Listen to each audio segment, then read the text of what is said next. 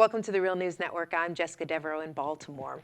Britain's postal service, the Royal Mail, was recently privatized as the government sold a majority stake to investors in an initial public offering.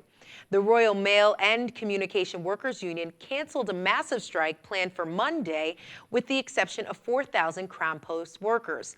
Now joining us to discuss the issue is John Weeks. He is a professor emeritus of the University of London and author of the forthcoming book, The Economics of the 1%, How Mainstream Economics Serve the Rich, Obscures Reality, and Distorts Policy. Thanks for joining us, John.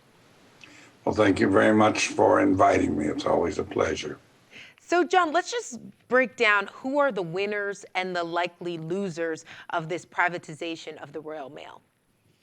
I think in order to, for an American audience, I think it should be obvious to everyone that I'm an American, but I've lived in Britain for a while, but I get back and forth. It took me a while to adjust to the role of the Postal Service. Let me briefly explain to people the nature of it, so it's easier for you to understand who wins and loses, because it's not just a financial question. The Postal Service in Britain has, ever since the end of World War II, played a very major social role.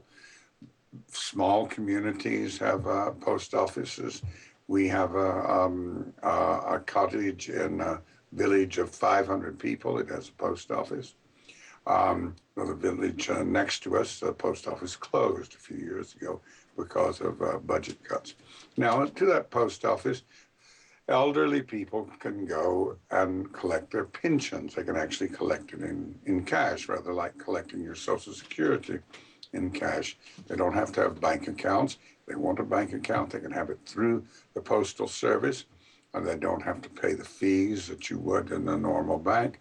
And it has always been completely safe because the government guaranteed money that was deposited in Postal Service banks. In addition, the post office would usually be in a shop, and the people who ran it would live in the community, and so they would know people coming in and out. So it played quite an important function. Several years ago, an elderly woman in the village here was ill, and the postmistress noticed that she hadn't been coming in for several days and called the emergency services. So that's not an unusual function for the post office to play. Okay, so one of the big losers will be all the people who use the post office as a source of their, you might say, link to the wider community, because it will become more commercial.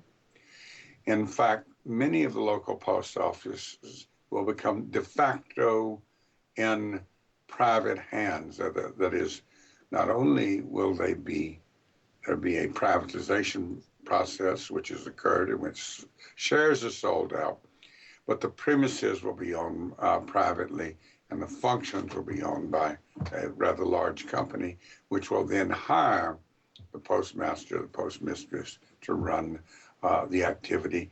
So to a certain extent, this privatization is an extension of what has occurred before. So the first thing is that a very large number of people in Britain will have worse local services, and this applies to cities too. It's quite common, and where we live in London, there is a post office within walking distance, and most people have a post office within walking distance. I think almost certainly with the privatization, there will be fewer post offices. This will be downsized. And it's also a place, I should add, not our local post office, but in London, where you can use a computer. If you don't own a computer, you can go along and use a computer in the post office. You can have your photograph taken to get a passport, a whole range of things.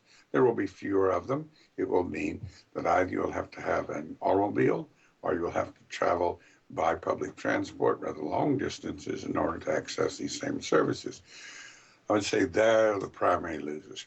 Purely financially, part of the shares, of course, are sold, are granted to the postal workers. But The controlling share has been sold off to private companies. 5% of it is owned by a uh, hedge fund.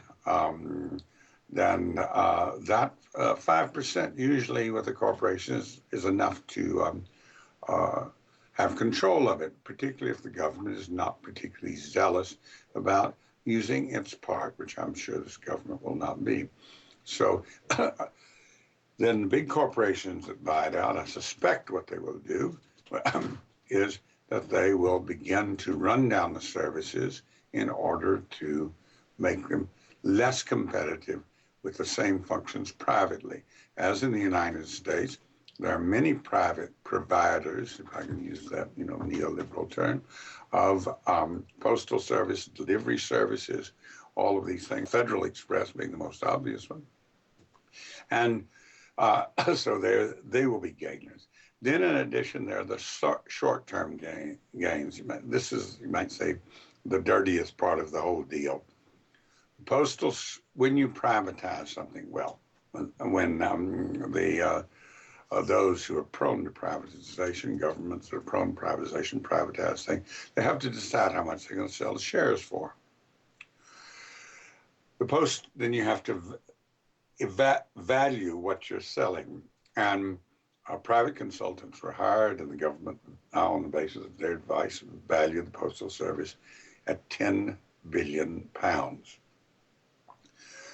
The shares went for about 40% more than that. So people were able to buy the shares at, say, £1, and then the same day they were able to sell them at 40% more.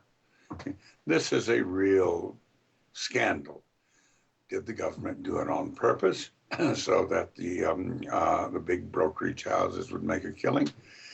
Well, I don't even think they have to do it on purpose. It comes so natural to them because this has been a characteristic of previous privatizations under conservative governments, under Margaret Thatcher's government, of valuing the public asset well below its market's price, and then the people who buy up the shares, most of whom are the wealthy, are able to resell them almost at once and not make a large profit.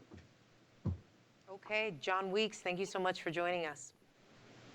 Well, thank you very much for having me. And thank you for joining us on the Real News Network.